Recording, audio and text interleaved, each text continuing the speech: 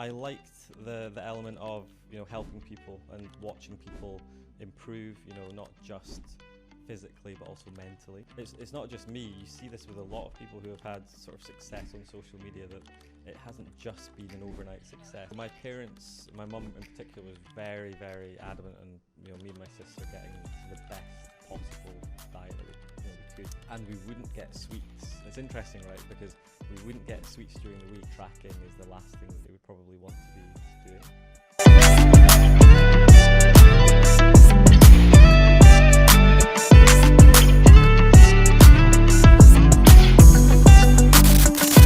Hi everyone, and welcome back to Breaking the Cycle. Today I have with me a very exciting guest. I know I've said that before, but this one I'm a bit of a fangirl of. So I truly, and also he's emotional eating approved. Let me just say that. I have with me Graeme Tomlinson. Some of you may know him as the fitness chef, and I can't wait to share with you his journey and why he does what he does. So let's get into it. Hi, Graeme. Hi, thanks for having me. Oh, my absolute pleasure. Honestly, I just want to get into it with you. Like, I just want to know all about you. So before we get into who you are, what you do, and your fun videos, can you tell us a little bit about yourself? Sure, yeah. So I guess I got into the fitness industry about 10 years ago. I actually used to play semi-pro cricket Really? when I was That's growing up. So interesting. that was kind of what I wanted to do until I reached the point where I discovered I wasn't good enough, and that was sort of early to mid-20s. Yeah.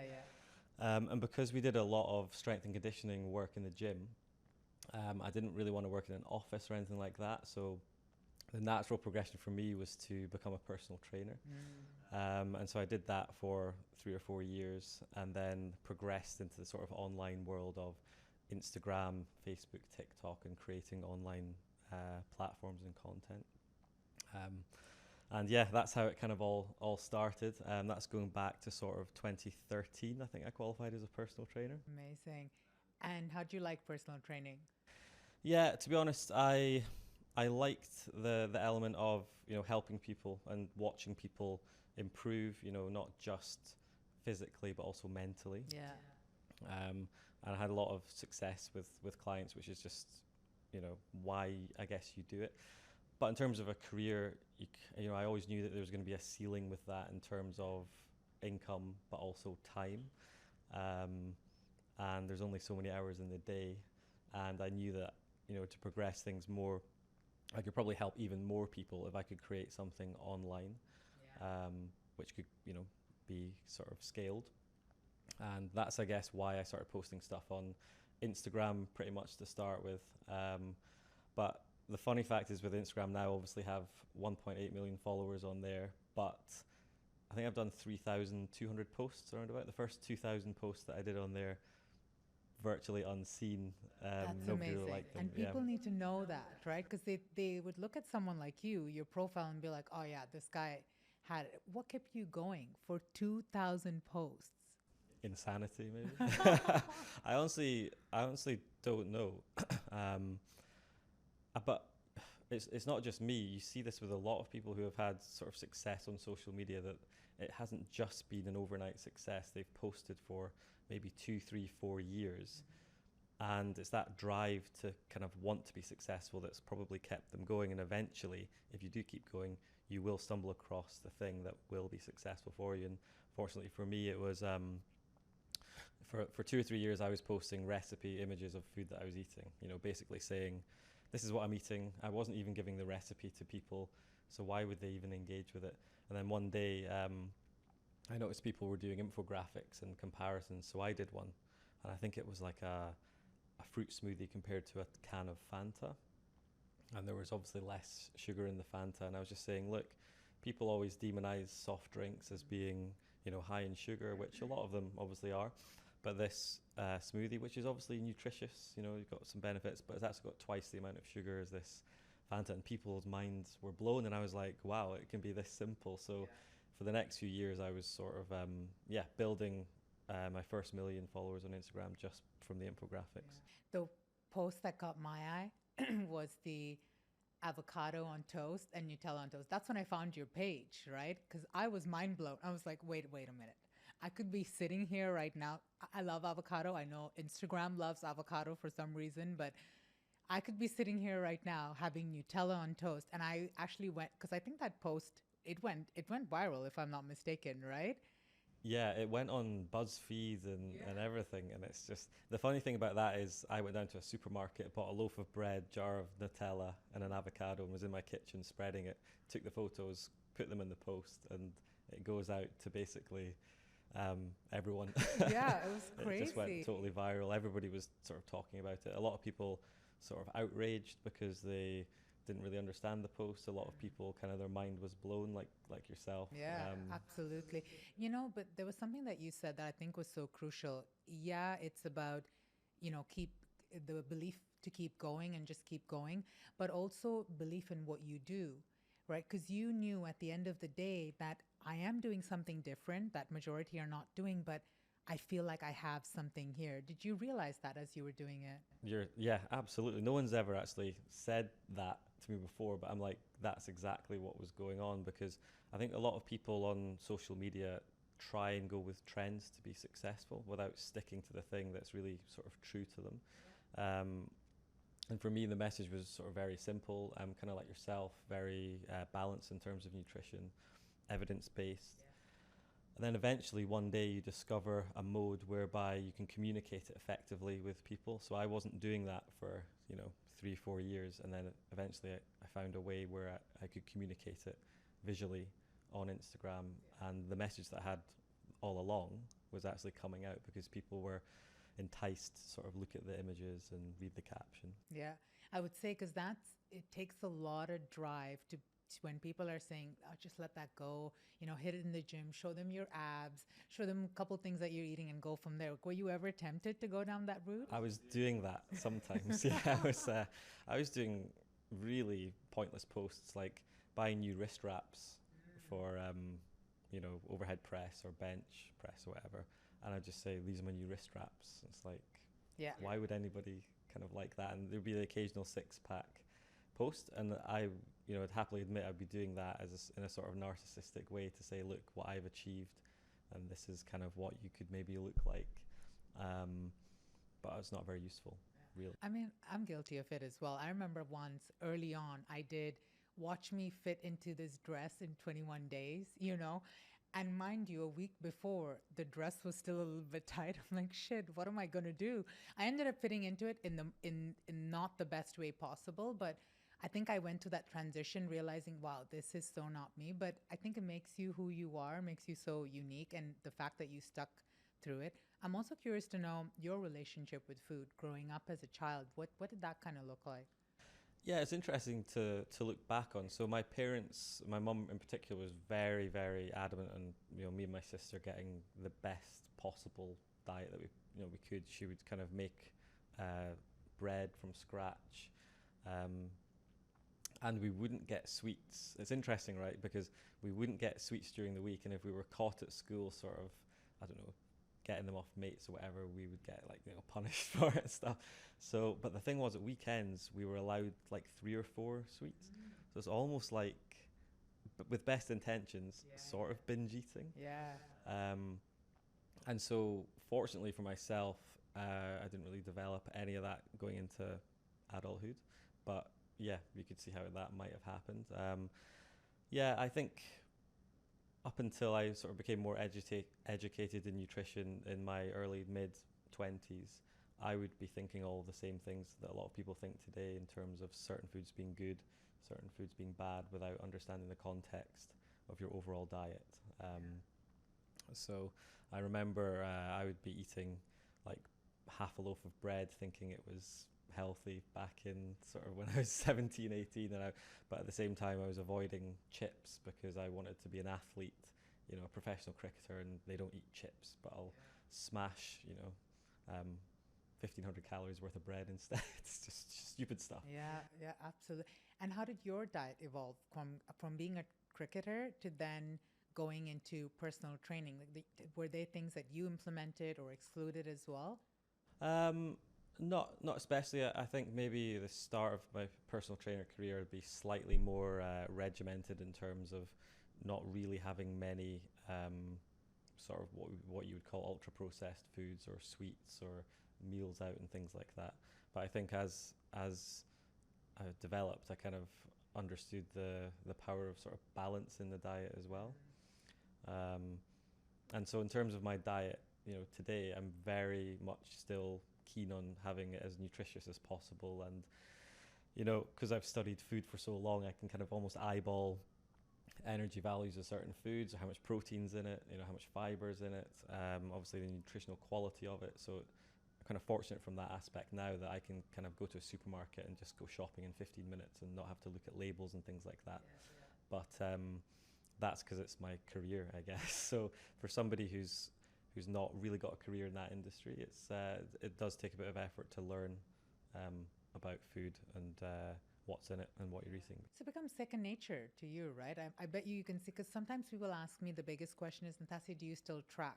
Which is, it's calories in, calories out. And I've seen you talked about that so many times. And I tell them, no, I don't. And sometimes they'll just sit there and be like, oh, but you make us track? And I was like, yeah, but I've maintained my weight now for close to 15 years, right? I can look at chicken breast and tell you that's 34 grams of protein. I can look at steak and say, oh, I need a leaner. Like, I know it for so long. Every so often I will, just to kind of, coming from a binge eating background, my portion sizes can get distorted. But what are your thoughts on tracking calories in, calories out? I'm the same as you. I've never tracked, which people might have, their minds might be blown at that, because not that I advocate it, I'm just saying, look, you can do this and it's an effective tool if you want to gain or lose weight. So yeah, I think it depends on the individual. I think if somebody is coming from a background of disordered eating or eating disorders, then it's very much, I guess, tracking is the last thing that they would probably want to be doing. But at the same time, what I sometimes get feedback from my content, which does have calorie values and protein values of food with people who are recovering from eating disorders, is the educational element of knowing what's in certain foods actually a bit of a relief and a bit of a help, because a lot of emotional eating issues and eating disorders are obviously mental health issues as well, and sometimes they're not logical. So the more logic you can sometimes put in can actually help people understand.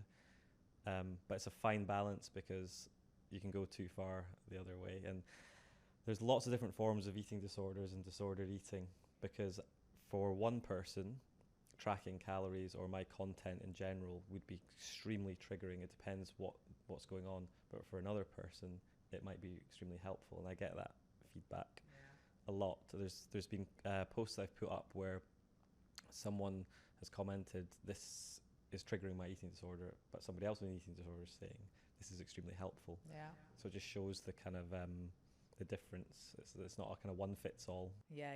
No, I agree. I absolutely agree. I actually refer my clients to your page, to give them that. Your infographics, God, they're the best, right? Because they are so descriptive, and someone can actually see them side by side and say, oh, wow, that actually makes sense, I'm a firm believer in flexible dieting. Like I'm a firm believer in that. I think any form of restriction makes us want it even more. If I tell you right now, don't think about a gray elephant, you're going to think about a bloody gray elephant, right? So I follow that philosophy. And I think if you look at what happened even when you were a child with your mom and the sweets, right? It's like, oh, you can't have any sweets during the week, but then on the weekend it's like, give it to me, right? So I completely agree with you. When you were coaching your clients, were you having nutrition talks with them, and what was kind of going on with them as far as your dieting approaches with them and things of that sort? Yeah, all of them. Yeah, because I would maybe get 1, 2, maybe 3 hours a week with them at push in the gym, and they've got all this other time at home where that's where they're gonna succeed or fail, or stay the same. So yeah, there was a lot of chats with nutrition and a lot of kind of struggles with clients who just didn't want to listen. Yeah. We were chatting about it earlier. People want to kind of spend money to solve a problem, and sometimes they will think, I'll pay for a dietitian or a personal trainer, and that's it, it'll solve it without having to actually do the work behind the scenes. So I guess the advice per client would have been different each time, but I had a range of clients who, you know, you give them advice and they would go away and you would just have to say something once and that would be ingrained, and they would probably 6 months later have succeeded and have progressed really well. But I've also had clients whereby you just smash your head against a brick wall and you keep kind of saying things and they just don't want to take it on board. Yeah. I think the biggest success story I ever had was a guy who came who was 67 at the time. Arthritis, type 2 diabetes, 2 partial knee replacements. Arthritis in one of his shoulders. So in terms of what he could do in the gym, it was extremely limited. And in the consultation, I was even saying to him, look, we're going to give this a go, but it might not be something that is going to be beneficial long term in the gym, at least because of your, you know, mobility issues and pain as well. Yeah. So he ended up being my client for until I stopped doing personal training, so maybe 4 years. So by the time he was 71, within 6 months he'd reversed his type 2 diabetes.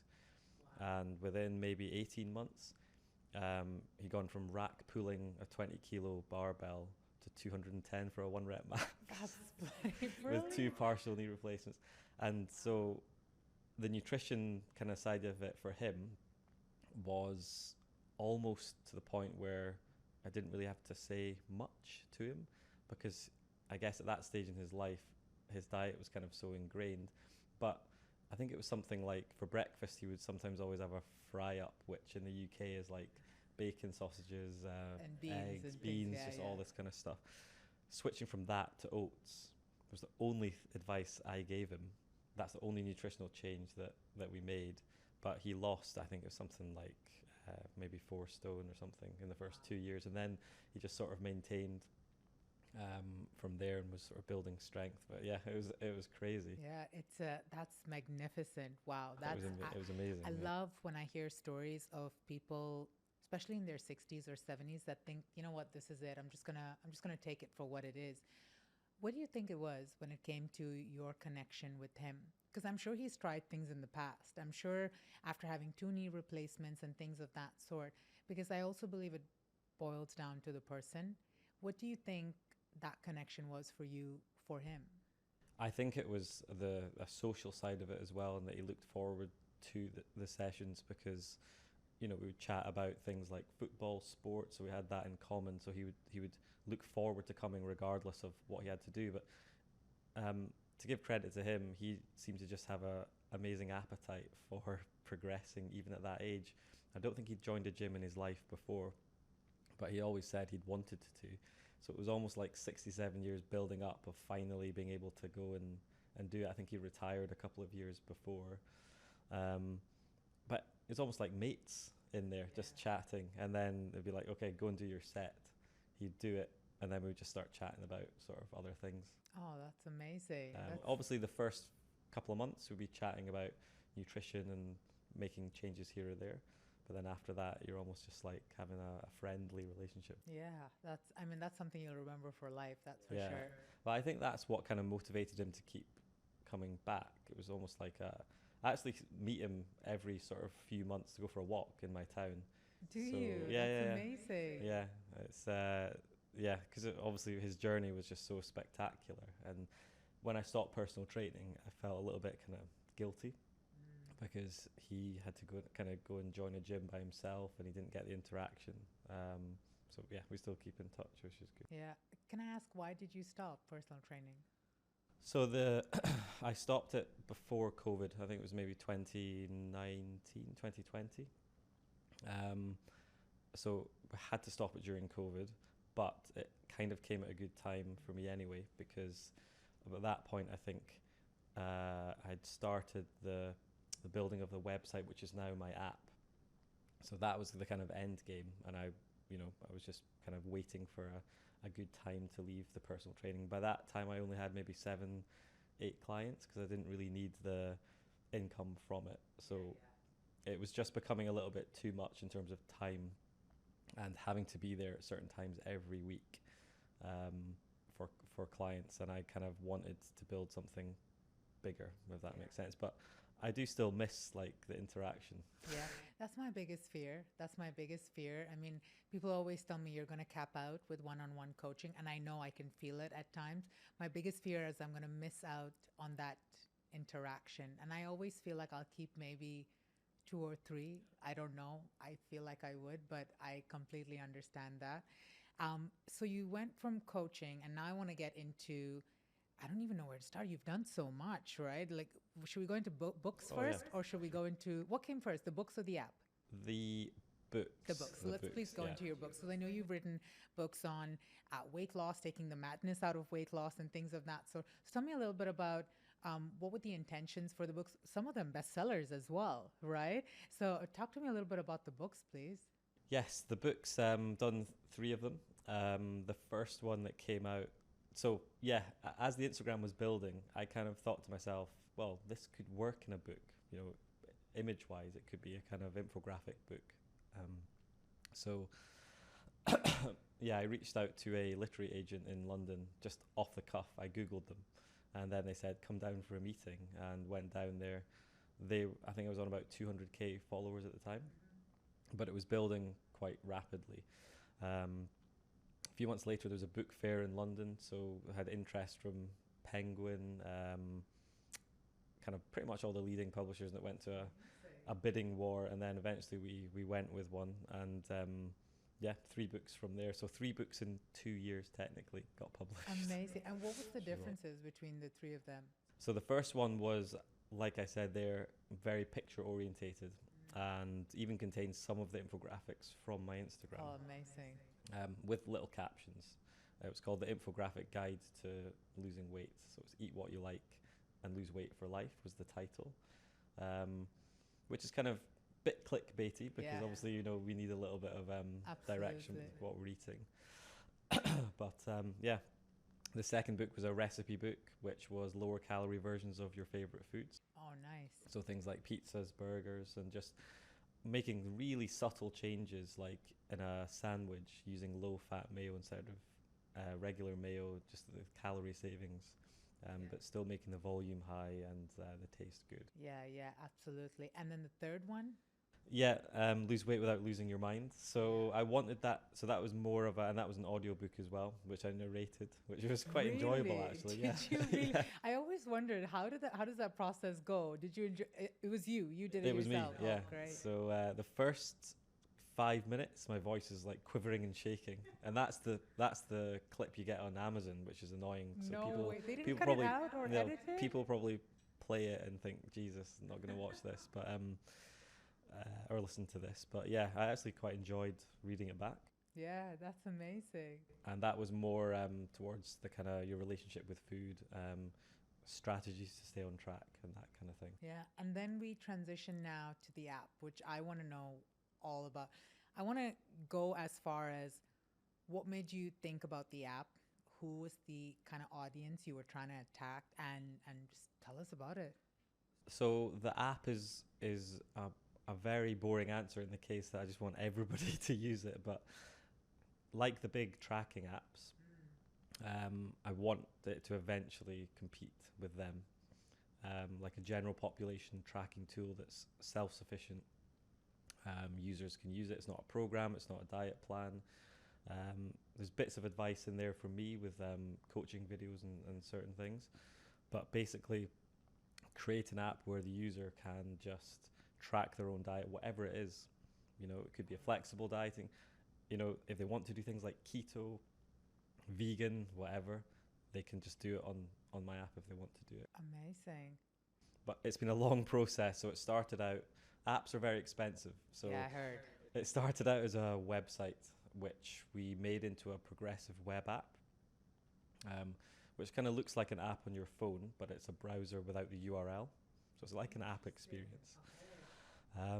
But you don't get to put that on the app stores, right? It's just a website. So is that where it's transitioning into now? Okay. So January 2024 finally launched on both Google and Apple app stores.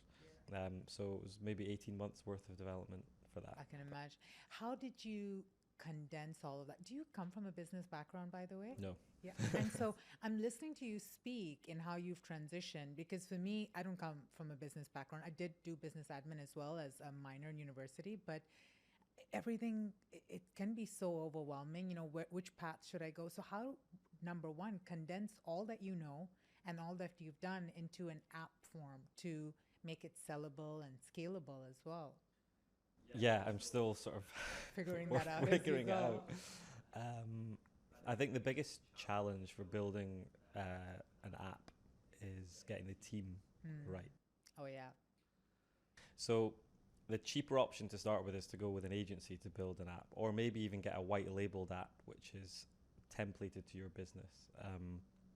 And that's fine, but you can't really adjust it to make it exactly what you want, which is what I wanted to do. So mine's entirely. So the temptation is to go with the cheaper option, which is an agency to start with, which will kind of give you a quote.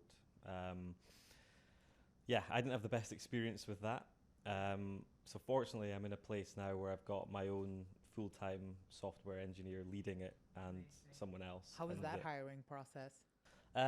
So yes, I used a consultancy to do that, which cost a bit of money, but I'm so glad that we kind of did that. It was a couple of months worth of interviews, but totally got the right guy, and he is absolutely fantastic.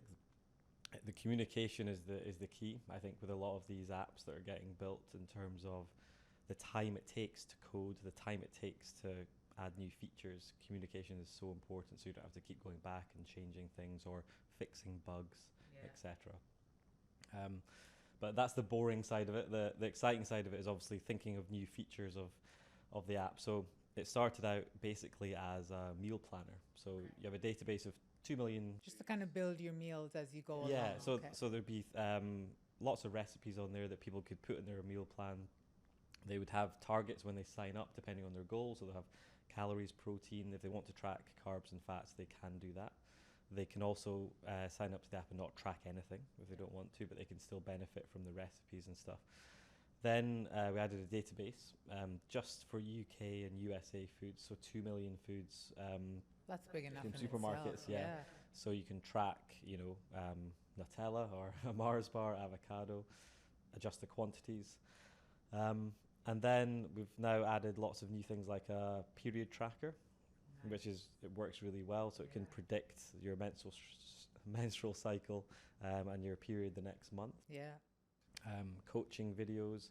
We've just added an exercise section whereby the focus isn't really on burned calories, it's more on achievements and PRs. So if you're going to the gym, how much weight are you lifting? We're kind of focusing on that as the achievement as opposed to burning calories. Yeah, it sounds like there's a good gamification element there as well to keep people motivated as they go. Do they get to mix and mingle as a community? So we're about to put a community section in there. Yeah. Amazing. It's almost like you're reading my mind. Yeah, because I could see that aspect of it working as well. Because I have a community as well for my emotionally, it's primarily for women, but that community element is kind of what brings them together the most, and that sounds amazing. How do you think of the features? So yeah, it's a good question. We've got a board that the three of us sort of look at. And I guess looking at other apps as well, what's successful there, what the demand is, what we can do slightly differently to make it more enticing. Yeah. And then we sort of take it from there, because things like the period tracker, there's a massive app which begins with F that tracks.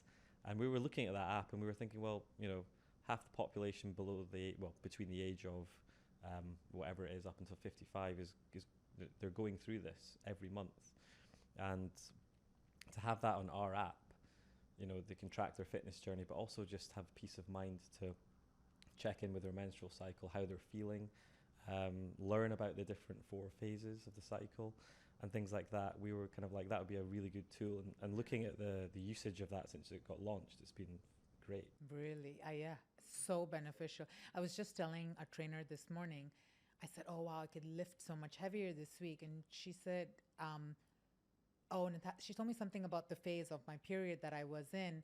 And I said, you're spot on, because I felt the most weakest last week, and it helped so much. So I've tracked it now for almost I think 8 months.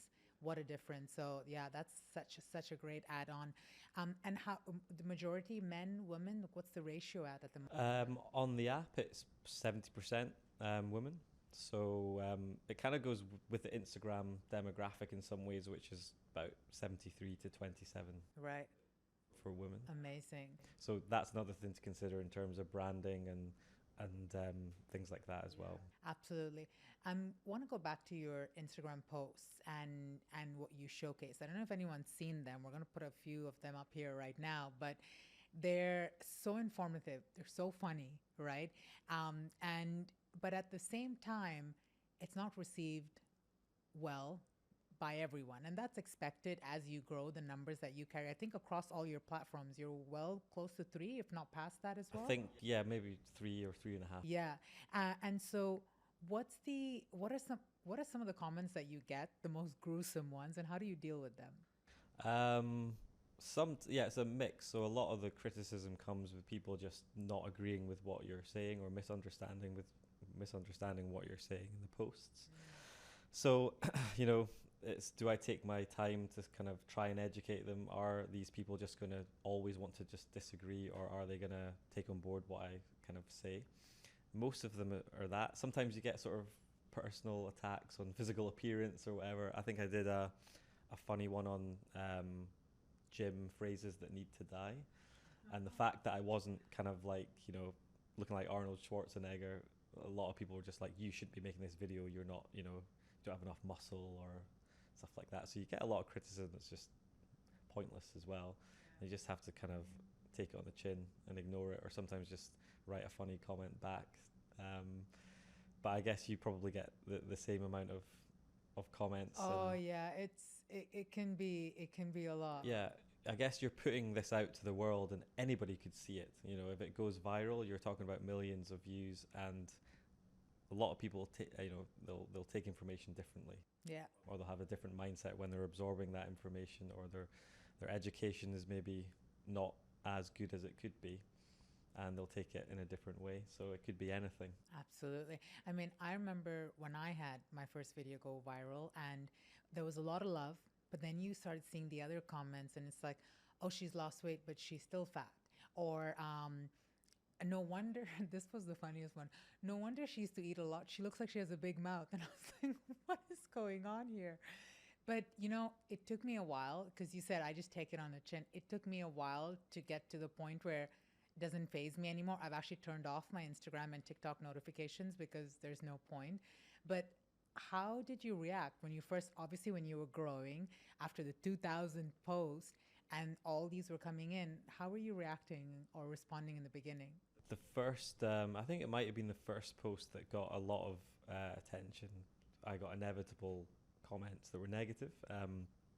So I just couldn't believe what they were saying. I didn't understand why they didn't understand how simple my post was. Why were they disagreeing? Why were they trying to be argumentative?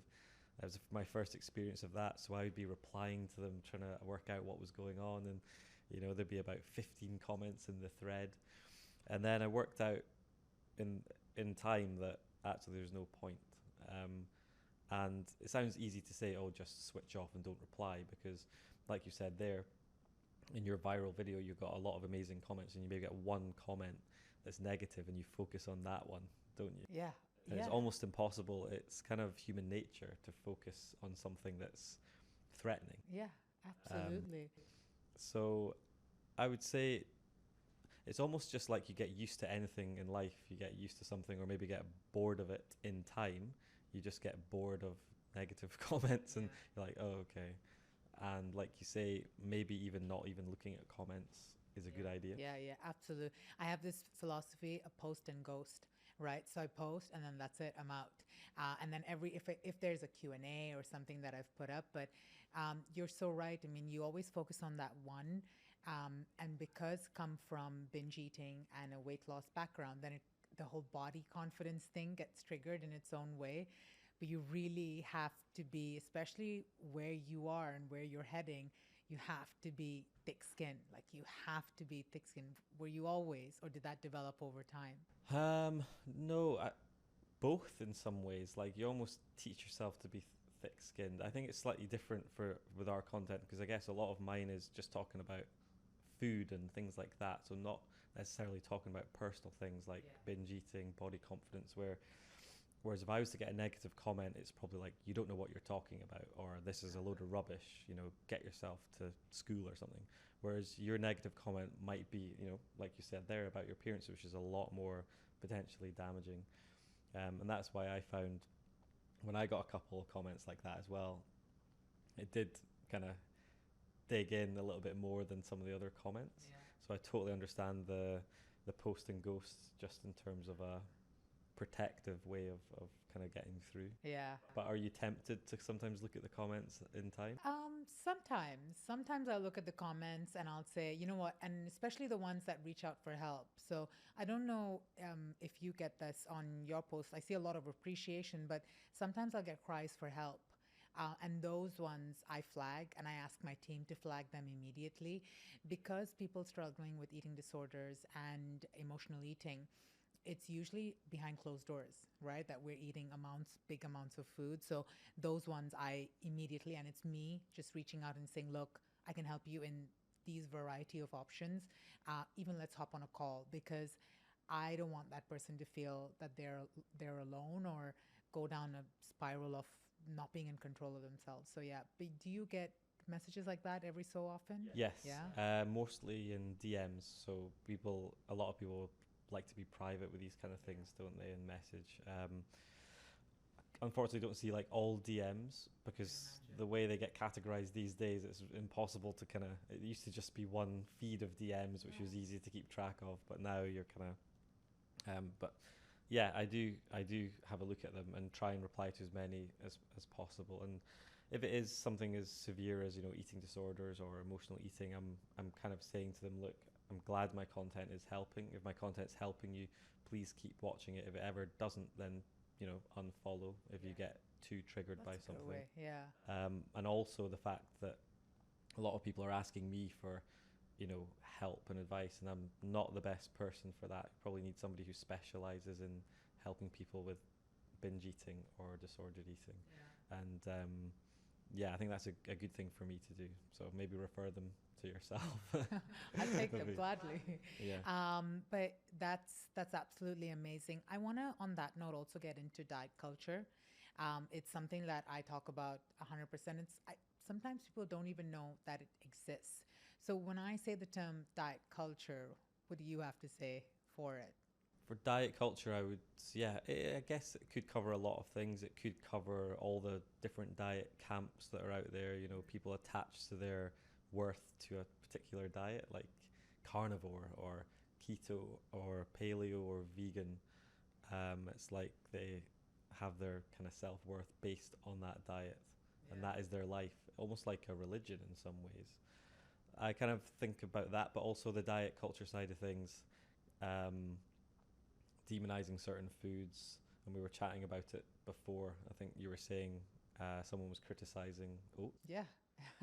And that's kind of what it's come to now, is every single food that we eat out there will have a microscopic element of it which could potentially be seen as negative. So for example, in apples, the pips contain cyanide, but the dose is so small that you could eat 100 apples and you'd be completely fine.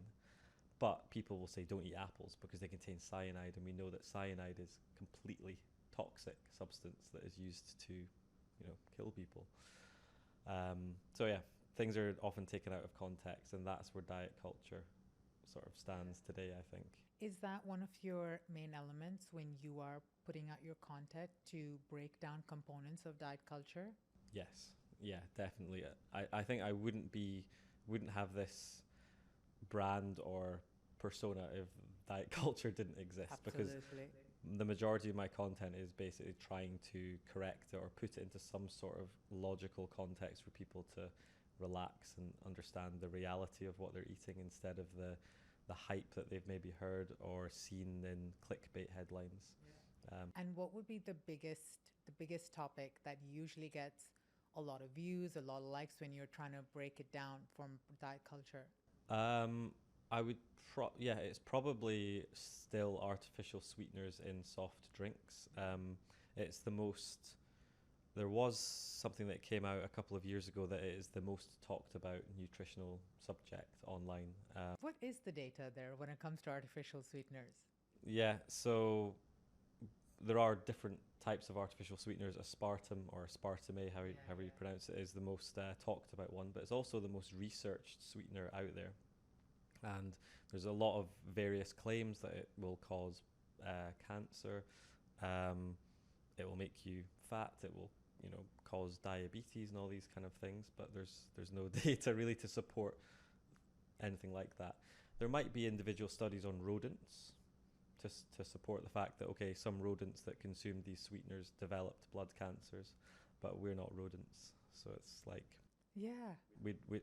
it's, if you saw that in a headline, you would be scared if you weren't educated to know that actually the biology of a rat or a human being is completely different. Absolutely. I mean, we look different. Hello. Like that's nuts. And you know, the most common, you're so right about it being the most Googled and the most talked about, because the most common question I get asked from clients, from people online is, well, can I have a Diet Coke? Is that a bad thing? Oh, Natassia, I had 3 Diet Cokes. That's so bad. And I was like, no, it isn't. If when I first started on my weight loss journey, I was having Diet Cokes instead of having chocolate bars. It's the lesser of the two evils, right? But then they're like, yeah, but oh, it takes away the sweetness, but it's so bad for you. I'm like, but would you rather have a Diet Coke, or would you rather have the 3 chocolate bars that you were having at 4 p.m.? The Diet Coke. Then go with the Diet Coke. And that is good that is coaching. That's what it should be, not extreme sort of advice. And you're totally right. Two people could be completely different. One person could be drinking, regular Coke or any soft drink, thousands of calories per day, potentially, lots of sugar. They switch that to one with 0 calories, 0 sugar. For them, it's fantastic. If someone's drinking water all day, and then you're like, switch to Diet Coke, you're like, well, okay, in terms of energy balance, it's the same, but actually, probably best just to do what you were doing before, because water is probably going to be better all round than drinking heaps of artificial sweeteners. Yeah, absolutely. And it's things like that. It's things, and this is why I love your page, because it breaks down those elements. It's like, oh yeah, I can have 3 Diet Cokes instead of 4 chocolates. It's a lesser of 2. It's even lesser in calories if my goal is weight loss. I think people are trying to combine 5, 6, 7 things in once. Oh, I don't want to be poisoned, but I also want to lose a lot of weight. I don't want to do this. And I think I need to watch my lactose intolerance as well, and all of that coming up. And is there, when you're looking, because I want to say this, it is real, right? It all exists. There is lactose intolerance. There is, we've got to watch aspartame in those high amounts. But there's so much noise out there. And how do you make it make sense? Yeah, it's try to make it as simple as possible. But the one about lactose intolerance is there's been claims that dairy causes inflammation. So a lot of people avoid dairy, but actually, if you look at the research in it, it's just that dairy can cause inflammation for people who are lactose intolerant. Yeah. So if you're allergic to something, it will cause inflammation, and that's it. So you have to be allergic to it for that to happen. But the way it's portrayed is that dairy is just inflammatory to everybody, but actually it's not. It's not the I case. mean, the next popular one when this whole phase came out was gluten-free, right? Did you find that? Because I've seen it in some of your posts as well.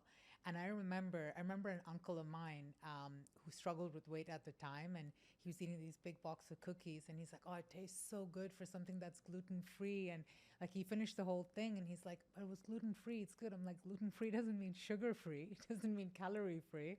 And I think that's where your content comes in and says, "Hey, you could have had a regular bag of cookies and probably been better for you and enjoyed it." Exactly. Yeah, and probably be in the same sort of situation. I think a lot of it comes down to the marketing behind. A lot of brands are now saying, "Look, we do this in gluten-free," and people just assume, "Oh, that must be a good thing. So gluten-free must just be healthy for everybody." But actually, unless you're allergic to gluten, gluten is perfectly fine. And as you're saying there, gluten-free bread isn't much fun for most people, and people might be doing that, not really enjoying it, probably eating the same amount of calories as regular bread that they would enjoy more. They would be in a better mental place eating something that they enjoy. So it's yeah, a lot can be said for the marketing for a lot of these big brands that are kind of pushing gluten-free versions, which is great for people who are allergic to Exactly. gluten. Is it celiac, right? You need to have Celiac, yeah, celiac disease, and but yeah, I think a lot of it gets lost in translation. Absolutely. I know I'm guilty of it because I ordered a gluten-free pizza once from one of the pizza joints here. I'm not going to say their name. And I know the crust they sent me wasn't gluten-free. It was supposed to be a cauliflower crust. It was low on calories. And so I called them and I was like, this was supposed to be a cauliflower crust. He's like, ma'am, it is. I was like, no, it isn't. And then he said, well, do you have celiac disease? And I was like, no. I shut the phone. Put the phone Yeah, down. because I was like, he's so right. Like, why am I making such a big deal? Okay, I'm going to be over my calories. I get that. But it was an eye opener for me at that point. You get kind of sucked into it at certain points, right? But no, I absolutely agree. And then when we look at the content you put out on a regular basis and in relation to your books and your apps, is there certain themes that you're going to be building on in the future on where we are and kind of where we're heading to? And there's a big topic that I'm going to talk to you about, and I know you know what it is, but is there certain newer topics that are coming about now heading into, let's say, AI and things of that sort? Yeah, I think so. I think that the kind of balanced, flexible diet, everything in moderation, has been pretty well put together over the last 5 or 6 years. That everyone's kind of aware of it now, which is great, because before that it was a very extreme kind of all or nothing approach, demonizing foods, etc. Just seems to me that we seem to, like, collectively between all of us, have cracked that a little bit. So the social media space seems a little bit better from that point of view. But yes, like you're saying, this AI kind of generation of content that we're now coming up towards seems like it's going to be very difficult to know what's going to happen. Anything could happen. I've seen people in the industry who are, similar sort of message as us, being portrayed as pushing for, things like weight loss injections just from AI. And I don't know how they can legally protect themselves against that. Yeah. You don't know who's actually posting it.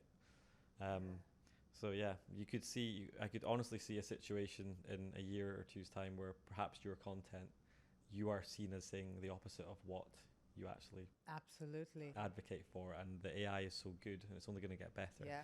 How are people going to be able to differentiate who's the real Natassia or the fake Absolutely. one? Yeah. I mean, I just seen an app on TikTok the other day that said, scan your body, let your trainer go. Like that was the promotion on the, let your trainer go and scan your body. We're going to be your trainer. And I was like, what? Like, what's just happened here?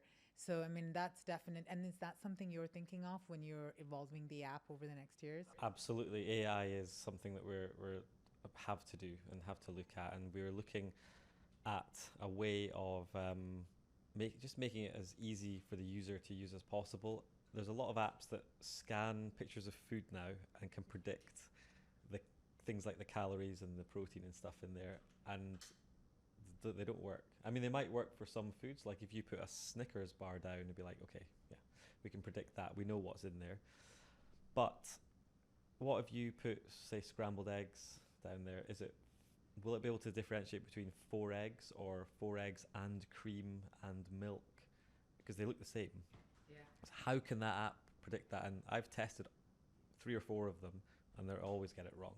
So we're looking at it and we're like, okay, we could do this, have a gimmicky element to the app, which seems like it's going to make the user's journey a lot more easy. They don't have to find foods, but they can just take a photo, but actually it's giving them the wrong information. Absolutely. So what we could do is have it, but have a part of the app where you can edit, is this correct or is it not? Right. And maybe change I'm it. so happy you brought that up because I've noticed it. The big apps have it, the feature on there. And I had one client say, Natassia, what do you think? I'm like, we won't know until we try. So we tried it, and she was having strawberries with some Greek yogurt and maybe chia seeds, something on the side. And it tracked it as pomegranate and then oats or something. It was completely off. But what I found it helpful is in those moments where we are outside. So something I always tell my clients, look, not every moment's going to be a tracking opportunity. You've got to be with with people around you and enjoy. But if weight loss is a goal for you and you want to make it up, take a picture, track it later. And so what tends to happen is then the app, if it's like a steak and potatoes and veggies, it just kind of tracks, it gives you the gist of it and it tracks it. So in those situations, it does help. And Help. yeah, Yeah, in some given definitely. point. Now I want to ask you the big question on injections. I do. This all the buzz right now at the moment. It has been for the past 2 years. I mean, my first client started talking to me about weight loss injections 4 years ago. And at that time, when she showed me the injections, my jaw like dropped. I didn't know something of that sort existed. Now, every second person that I have met, let's say even over the past week, is either on the injection or off the injection, Ozempic, Manjaro. Your thoughts? Um, yeah, the boring answer again is depends on the individual, but you're going to get a wide spectrum of people that are going to want to use these injections or say benefit from them. And again, it's if somebody is morbidly obese or overweight and genuinely their health is under threat, these injections could be something which is going to prolong their life or make them, you know, avoid things like type 2 diabetes or whatever. So you're like, that's got to be a positive. But you're also going to get the other end of the spectrum where somebody is probably only, I don't know, 18-19% body fat, but they have self-confidence issues. They want to have a six-pack. They want to be as lean as possible. Their friends are doing it, or their friends look a certain way, so they'll do it for that reason, which becomes extremely sort of unhealthy. And I think that's the problem with it at the moment. So yeah, it just depends. For me personally, getting to a society where people use injections instead of lifestyle to alter their physicalities, I don't think it's a great thing. Yeah. Because how sustainable is it? You're going to do this for the rest of your life. As you say, when you come off them, it's almost like going on a crash diet in certain ways, because once you come off it, you haven't learned any habits or lifestyle behaviors to sustain what the goal that you want to achieve, if that's weight loss, which it will be for these injections. Absolutely. So you're probably going to have to go off. You might gain weight again, and then you go back on them, and it almost acts like that. But it depends on the individual. For some people, I think it could be effective, and for others, I think it could be almost like a crash diet mentality. I mean, I agree with you. I've seen it do wonders. I've seen it do wonders for the people that have stayed at minimal baseline doses and incorporated good habits to build their way up. But the ones that said, "Oh, I'm feeling a little bit more hungry. Let me just up my dose. Let me just shorten my dose." Those are the ones that are really, really struggling on the other side. Um, I want to pick your personal training hat a little bit, because with the injections, if you're not working out, if you're not having enough protein, you're getting into a lot of muscle loss, right? Which people are, they're looking at the number at the scale dropping. They're looking at themselves leaner and they're like, oh my God, haven't looked this way in years, haven't felt this way in years, and thinking this is where I should be and be. And they're thinking that's right. And I get you're no longer struggling with obesity, but if you could please tell us the importance of, first of all, what's exactly happening to their body there with all that muscle being lost, and what are the downfalls? Yeah, I mean, if you're losing muscle mass, you're stopping your body's ability to kind of burn more calories anyway. But not only that, it's also your quality of life, especially as we get older. If you're losing muscle mass, by the age of 60, 70, you might not even be able to kind of stand up easily. So the fact that people are almost attaching these injections to success or failure, I think is a huge problem with that. And I think it's one of these things that we might look back on in 20 to 30 years as, oh, that was the Ozempic phase where everybody sort of did this, because I think it'll get to a level where it's so unsustainable and borderline abusive in terms of the quantities people use them in, that it will start to become negative for everybody. I think I'm in certain scenarios. I've been in rooms where their conversations have been around, oh, we're all going vacation. Well, I'm going for a vacation next week. Pack your Ozempic. Like that's kind of what it's come down to. I can see it, and I too hope that this is a phase. I mean, it's moved from Ozempic to Mounjaro. It's going to move from Mounjaro eventually to the pill. So I think it's going to go through its phases. But do you see it dying down at all? Um, I think it could start dying down if it comes in for criticism in terms of health impacts, which we don't. It has been very well researched, and it does seem very robust, but we don't know the long-term research of using it for decades. People have only been using it for 2-3 years, so yeah, after 10 years, what happens? That's being sort of skeptical on it. Absolutely. The primary cause, I think someone else was saying the other day, well, obesity is a disease. And I'd love your thoughts on that. Oh, the way you cringe there. I love that. I would love your thoughts because I do the exact look you made right now is exactly what I did. I'm like, listen, I can vouch for this. I was 145 kilos. What's your take on that entire statement?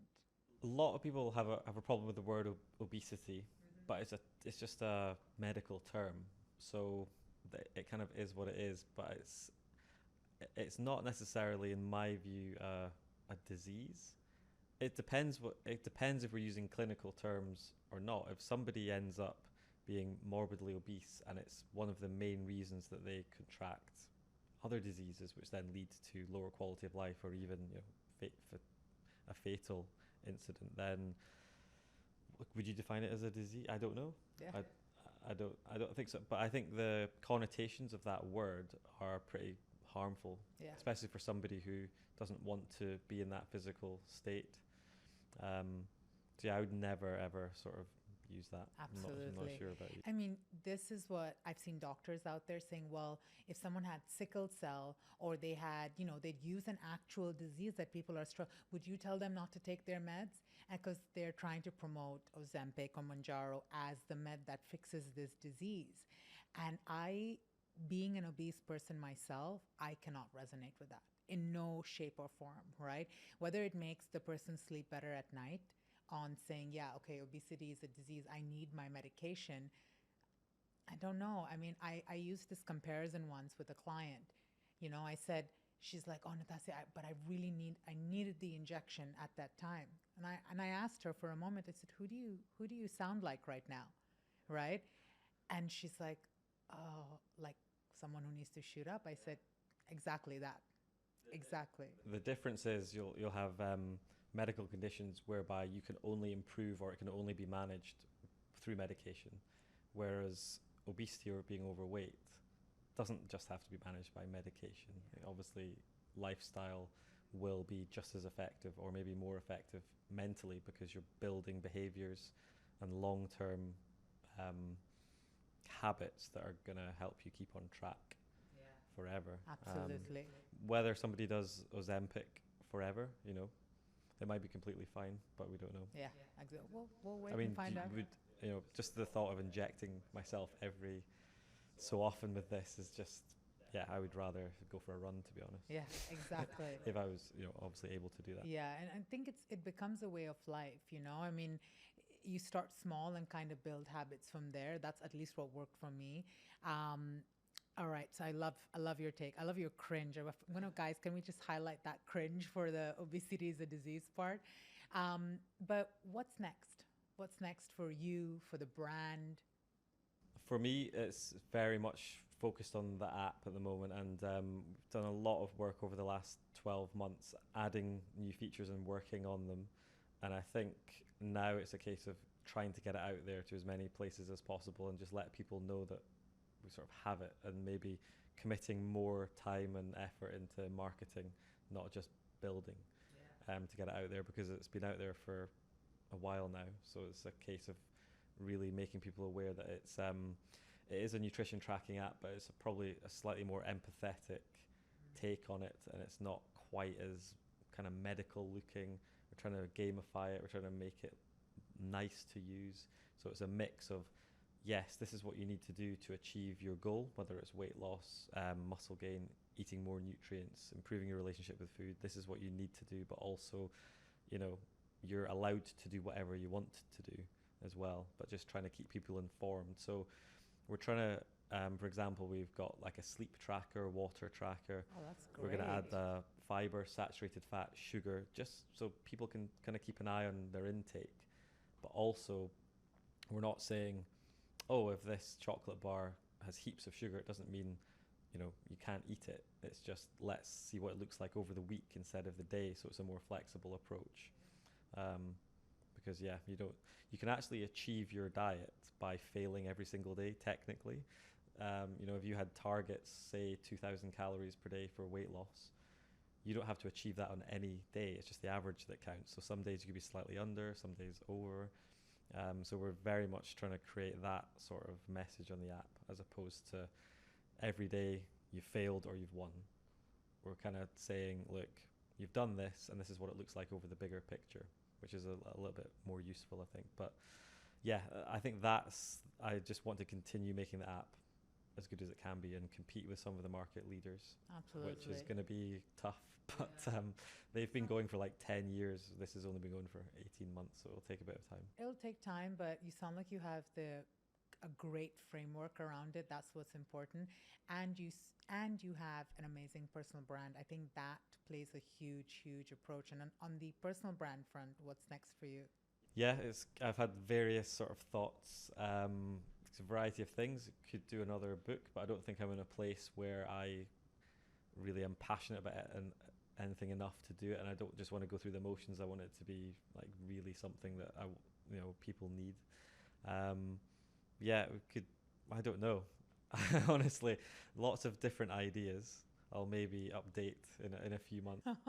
Well, we'll be keeping in touch. Yeah. I have a leaving tradition that I love guests to do, where you kind of leave behind some words of advice or anything that you feel would help my audience in particular, which is primarily anyone struggling with weight, struggling with emotional leaders. They're going to find your app so helpful, and I'm going to leave it in the description below where they can find it. But what would be some words of advice that you could leave them? Yeah, I think these days we take a lot of our information from social media, don't we? It's very easy to slip into a habit of following certain accounts that aren't very helpful to us. Maybe the best thing to do is every month set a reminder on your phone and go through the followers. Not necessarily friends and family, unless you've started hating them or whatever, but accounts that you follow to achieve your goal. Monitor that every 30 days, I would say. Go through them, and if they're not serving you anymore, unfollow. If they trigger you, unfollow them. If they're still helpful, then obviously keep following. The algorithms these days are very different to what they were even 2 or 3 years ago. A lot of the content we see, in fact, 50% of the content we see now is from accounts that we don't follow. So sometimes it's difficult to avoid triggering content. But you can go into, I know on Instagram, you can tap the 3 dots and say, I'm not interested in this, or don't show me this again. So just making sure you kind of do that, I think is key. Yeah, that would probably be my That's word. great advice. That's absolute, like doing a complete detox every 30 days of your following list. Yeah, I think almost a cull. Yeah, of, exactly. I yeah. definitely need that for sure. Thank you, Graeme. Thank you so much for joining us. And we'll be keeping in touch. Yeah, definitely. Thanks.